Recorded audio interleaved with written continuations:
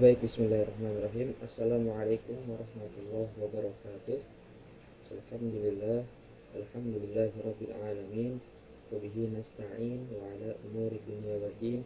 Wassalatu wassalamu ala asyrafil anbiya'i wal mursalin wa ala alihi wa sahbihi ajma'in, amma ba'du. Anakku, bagaimana kabarnya kalian semua? Semoga kita senantiasa dalam lindungan Allah Subhanahu wa taala. Amin amin ya rabbal alamin. Anakku, pada kesempatan kali ini kita akan belajar atau latihan daripada pelajaran Al-Quran hadis, ya, tentang surat Al-Alaq, ya, tentang surat Al-Alaq. Kemarin kalian sudah menghafalkan dan sudah menuliskan kosakata, mufradat, dan juga lafalnya, dan juga latihan menulis. Nah, sekarang ada latihan untuk kalian, ya, di halaman 18 ini, ya. Silakan kalian lihat buku paket Al-Quran hadis kalian halaman 18. Nah, ayo berlatih.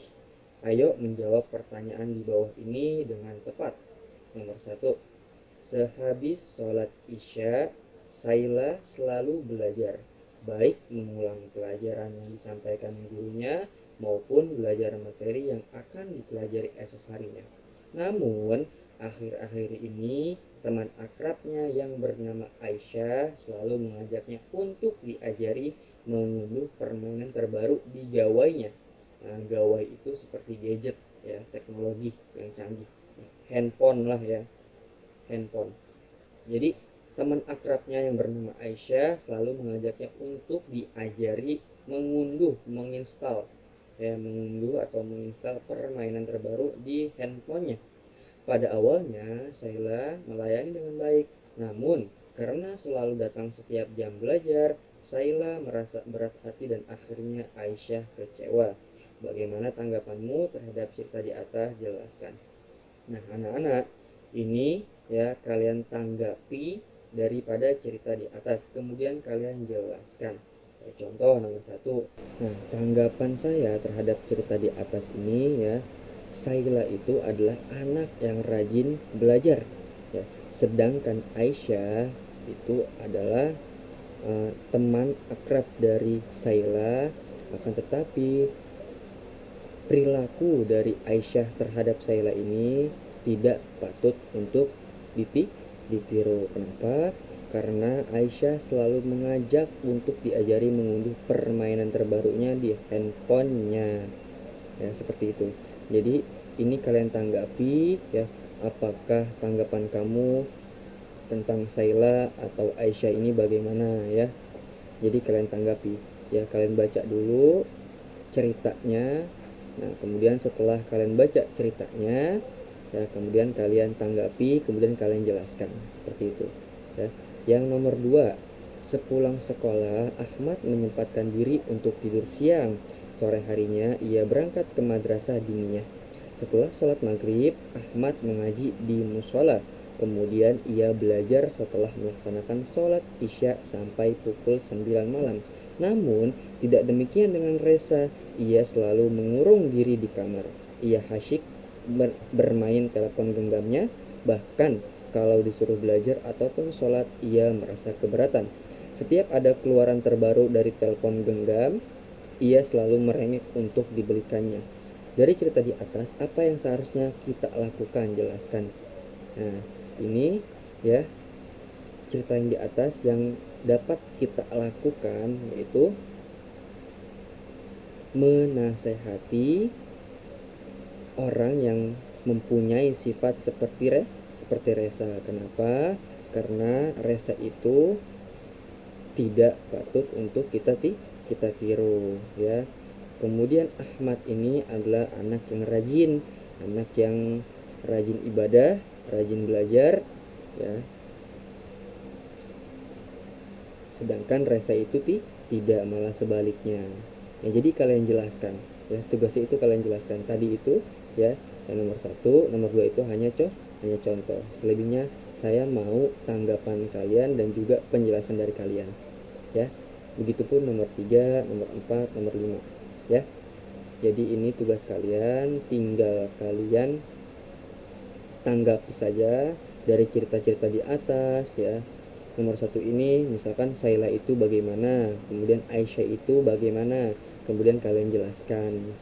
Nah, kalau bisa kalian berikan solusi untuk Aisyah nih. Nomor satu ini misalkan Aisyah, kalian bisa kasih contohnya, kemudian solusinya bagaimana, seperti itu.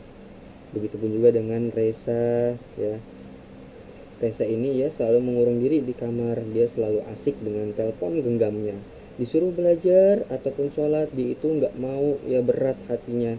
Kemudian setiap ada handphone terbaru, ia selalu merengek-engek untuk selalu dibelikan handphone barunya itu.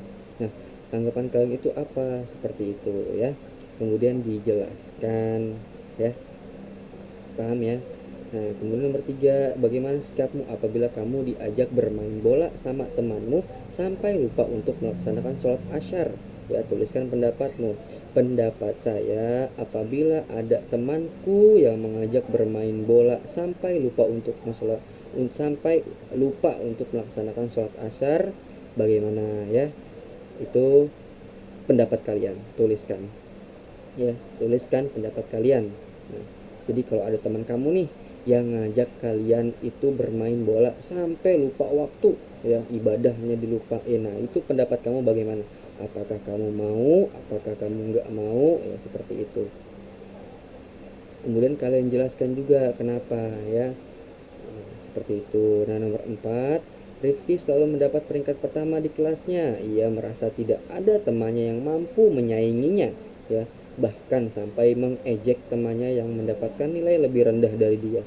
Tuliskan pendapatmu tentang sikap Rifki ini. Nah, sikap Rifki dari cerita di atas ini adalah titik-titik-titik apa gitu ya. Itu tuliskan pendapat kalian. Nah, apakah Rifki ini sifatnya angkuh, sombong, apa sifatnya itu pemberani, atau apa, yaitu kalian tulis pendapat kalian.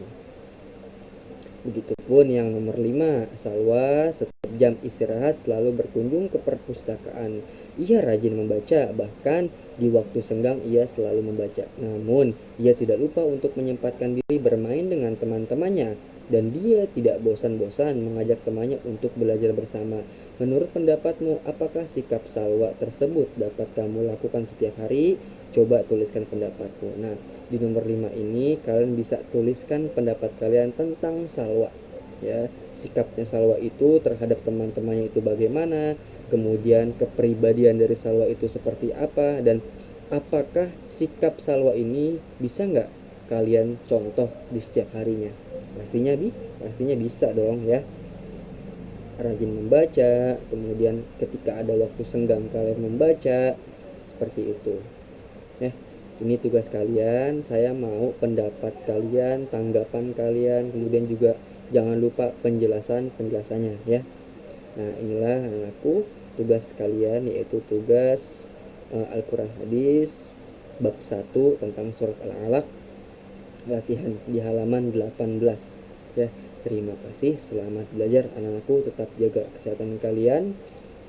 Semoga ilmu yang kita pelajari di hari ini mendapatkan ilmu yang bermanfaat. Amin amin rabbal alamin. Kurang dan lebihnya saya mohon maaf. Wallahu muwaffiq ila aqwamit thoriq. Wassalamualaikum warahmatullahi wabarakatuh.